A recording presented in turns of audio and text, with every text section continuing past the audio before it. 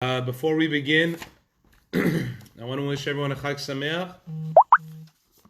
So just say one thing of Tehillim quickly, and that way, at least through this Zechut, God willing, Hashem watch over everybody in Klal Yisrael, give refuah shlema to everyone who is sick, and we'll go. This whole thing will take no more than about 10 minutes, maximum 15. I know there's a lot of preparation. A lot of people didn't sleep last night. There's a lot to do, so I'm going to try to make it as quick as possible. Let's say the classic Shir LaMa'alot. Shir LaMa'alot, Esa Enai El Ha'arim, Ma'ayin Yavo, Ezri. Ezri Me'im Adonai Oseh Shamayim V'aretz. Al Yiten Lamot Raglecha, Al Yanum Shomrecha. Hine Lo Yanum V'lo Yishan. Shomer Yisrael. Adonai Shomrecha, Adonai Tzilecha, Al Yad Yaminecha. Yomam HaShemesh Lo Yakeka V'yareach Balayla. Adonai Yishmorcha Mekora, Yishmor et Nafshecha. Adonai Yishmor Tzedcha Uvoecha Ma'ata Ve'ad Olam. So, right now, what you're about to experience, I'm sure as you experienced before, is we're about to complete a tractate, GEMARA, a Talmudic section. In this Talmudic section, it will allow, it's like a SIYUM, it's called the SIYUM. A SIYUM is a completion, it's part of the excitement, part of the joy of completing a section of the Talmud. For those who aren't able to finish a section of the Talmud, you have other means as well. If you happen to have a Brit today, or a Pidyon HaBen today, or a Sudat Mitzvah today, also as well, that would allow you to break your fast. This Masechet that we have over here, Masechet Sotah, this Masechet, it's two of these. It's a smaller Masechet. Baruch Hashem, I started this by my birthday, and we were able to finish this Masechet. It's only 49 pages. This one is called Masechet Sotah. Before I begin it, I just wanted to share with you one verse, one small part of this Talmudic section, and then we will finish the Talmud as well. And I'll tell you, of course, because you have to know what we're talking about. We're not just saying a quick Yehi Ratzon and everyone runs away. There's a part in the Gemara that says, De'aga belev ish yashchena. That if there's de'aga, if there's fear in a person, he has to suppress it. So Rabbi Ami v'Rabbi Asi, Rabbi Ami v'Rabbi Asi, they have different ideas as to what do you mean? What do you mean suppress it? Chad amar yashchena mida'ato. One says that he has to suppress it from his mind. He has to actually expel it from his mind. The other one, v'chad amar yasichena la'acherim. Something beautiful. He has a play on the words. Instead of saying the word of yashchena, he says the words yaschena. What does yaschena mean? Yaschena means that he has to speak his worries to others. Why am I saying this Gemara before we start? It's because when Baruch Hashem, a lot of people, I don't know if you realize this, I don't think there were this many posts and this many things on Facebook, on Zoom, ever in history, which means that people are reaching out to each other in order to talk to each other because there's da'agah, there's worry, and instead of suppressing and going, like I believe between the two, Rav Ami and Rav Asi, I believe we all hold like the second one, who says that we talk to others. And you would think that if you're quarantined and you're stuck, you wouldn't be able to talk to anybody else. But actually, there's never been so much communication, which is incredible. That's what this Gemara is showing, that how amazing is it, that how does a person get through anything in life in difficulty? We have to be able to speak through it. That's why, as a very sad fact, the suicide rate in women is a lot less than men. The reason is because women have support groups that they speak to more, that they talk to more, a circle of friends, whereas men don't have that circle of friends as strong as women. And because of this, they have a higher resiliency to difficult times because that they're able to speak to others. This Gemara that I'm about to complete and finish, as more people are logging on right now, I'm not just trying to waste time. I know you have a lot to do. There's just so you should know, tonight, before you start, you have to do Eruv Tavshilin.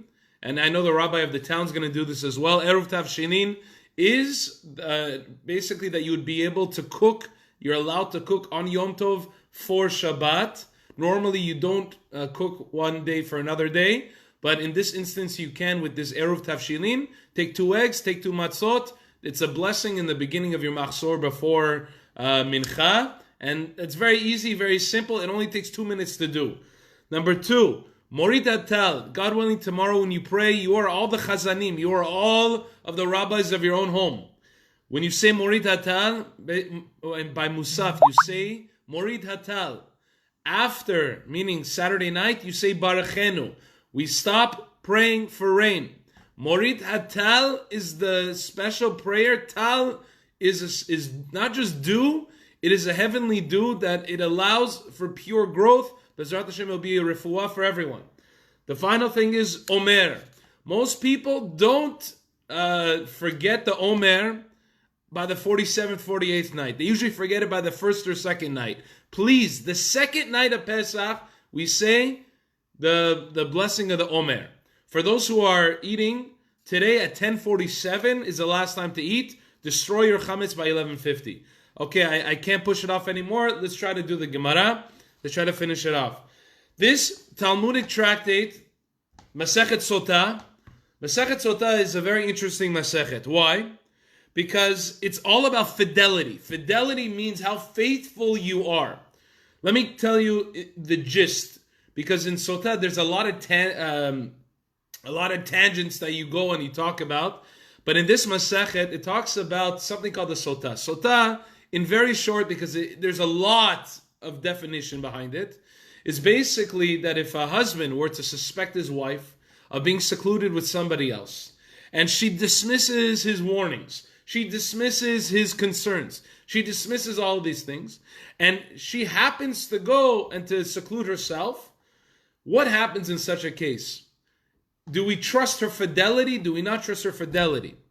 And the reason why this is very relevant is because Sotah is something which was a very big miracle. There's nothing that we rely on in miracles except for Sotah. Sotah is one of the greatest miracles. Why? Because God says that if, God forbid, someone were to suspect his wife, and obviously this is where it's the person himself is kosher. This would not work if the man is an immoral man. In fact, it would backfire on him as well. But over here we're talking about that if the procedures like this, that if she's in a certain situation, he takes a paper with the Kohen Gadol. This paper is like the paper that you see. I don't know if you have a Pitum HaKetoret, you know, like by a Sefer Torah. You write God's name on it. The Kohen Gadol writes God's name on it. He erases God's name in the water.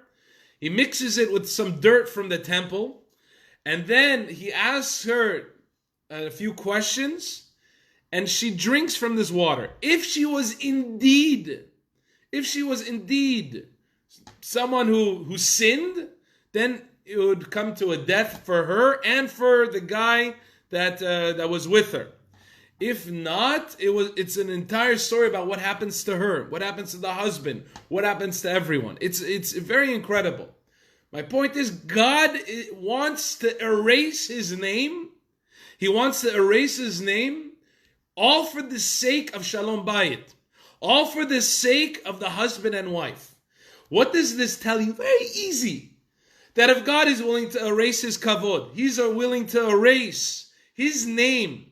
You know, let me tell you, I'm a sofer. I write mezuzah tefillin. If you make a mistake on God's name, let's say you write the yud, then the hey, then the vav, and then you messed up somewhere in the hey, or you wrote it in the wrong place, you can't scratch it out. You have to send that piece in a FedEx or take it with someone to Israel. There's only 3 or 4 people in the entire world which take this parchment of Torah and they take a razor and they just skim out less than 0.5 millimeter of cloth. Cloth is the name of the paper with God's name. They skim out that piece, meaning there's still paper underneath it. There's still the name of Hashem underneath. Not the name of Hashem. There's still cloth. There's still paper underneath it. But that piece, they take it out like your skin has multiple layers. They take out the name of Hashem. We take the name of Hashem and we bury it. That's how careful we have to be with the name of Hashem.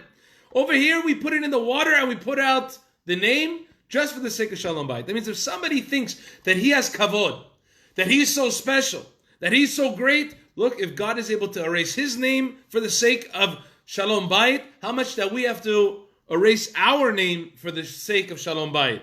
But there's a very big problem because of this whole idea of fidelity and infidelity. This was something which doesn't exist anymore. It says in the Talmud, Mishirabu haminaafim pasaku hamayim amarim. When the number of the haminaafim, the number of adulterers increased, what happened? The bitter waters, meaning this water of the sotah, it disappeared. And now that this water of the sotah disappeared, that this water to prove the fidelity, this water that God is willing to erase his name to prove and to keep a house, a shalom bayit, a home, this water is not here anymore because ourselves, we have lost that idea of morality. For Rabbi Yochanan ben Zakkai Hifsikan, and he says that it was Rabbi Yochanan ben Zakkai, he says that the reason why it's gone, which basically means because we've lost that privilege of having such miracles happen to us. That's why we've lost it. So this entire Talmud, in short, is the idea of the fidelity and how important it is, the type of water that we use, what goes on in our life, and how we have to be in a moral state in order not just to be moral with God, but to be moral with our spouse, to be moral with each other. That's how important this Masechet Sotah is. So now I'm going to finish this part of the Gemara. Let's see. On the last daf Mem Tet, Amud Bet, I'm going to read the last part of the Mishnah and finish it off with the last line of the Gemara. It says in this part of the Mishnah, it says, Beikvot Meshicha Chutzpah Yiskeh. And this is talking about in the time of the Mashiach. I'm not here in order to talk about messianic periods of time, but this is the Gemara. I didn't choose this Gemara. This is the last part of the Talmud over here. It says in the period which will precede the Mashiach. It says that Chutzpah, in Farsi we call it poruness, or insolence. Rudeness, it will increase. Biyoker yamir, there will be inflation. Hagefen titim pirya vayayin biyoker. There will be much fruit, meaning it's not that there will be a low supply, it's not that there will not be any toilet paper or any water. There will be plenty, but it will still be very expensive. Umalchut teafech leminut ve'en tochachat. And what will happen is malchut, you're looking at the entire governments, they'll basically turn to godless ways. That where killing children is very normal. Where religion is something that it is looked at as that must be abolished. Bet va'ad yeliznut. There will be places of meetings that is only made for zenut. For places of infidelity. For places of for immorality. And unfortunately, we see that there's these places all over the place. And there's no shame behind it. And the Galil will be destroyed and the Gavlan will be desolated, which means that the borders of Israel will be attacked continuously. People will keep moving from place to place. And the people will move from place to place, and they will not settle. And the wisdom of the scribes, the wisdom of the chachamim, it's going to go down and down and down. The great sages that we had years ago doesn't compare to what we have today. Baruch Hashem, we have fantastic people today, but it doesn't compare with the chachamim that you would see in years before. And this is something which unfortunately everyone will be so brazen that there's no such thing as yirechet. Someone says, "Oh, you're gonna have a fear of doing sin." You are pathetic. What? You can't live your own life. You can't do what you want to do. And by truth, Truth is the last thing. It's all about what it feels like. What's your opinion? What's the idea that should be tossed and dictated, not the truth. Ne'arim penei zekenim yalbinu. Young ne'arim, young people will look at the old and they will just take the complete kavod away from them. They will look at them and say, who do you think you are? Zekenim ya'amdu mimnei ketanim. That old people will stand for the young people. That means that the old are going to look at the young and be scared of the young. It used to be, my father tells me, if you wanted to eat sabzi, herbs during the meal, you can't eat those herbs during the meal unless you tell your father, Father, is it okay? Is it permissible for me to eat these herbs, this mint, this parsley in front of you because it looks uncomely?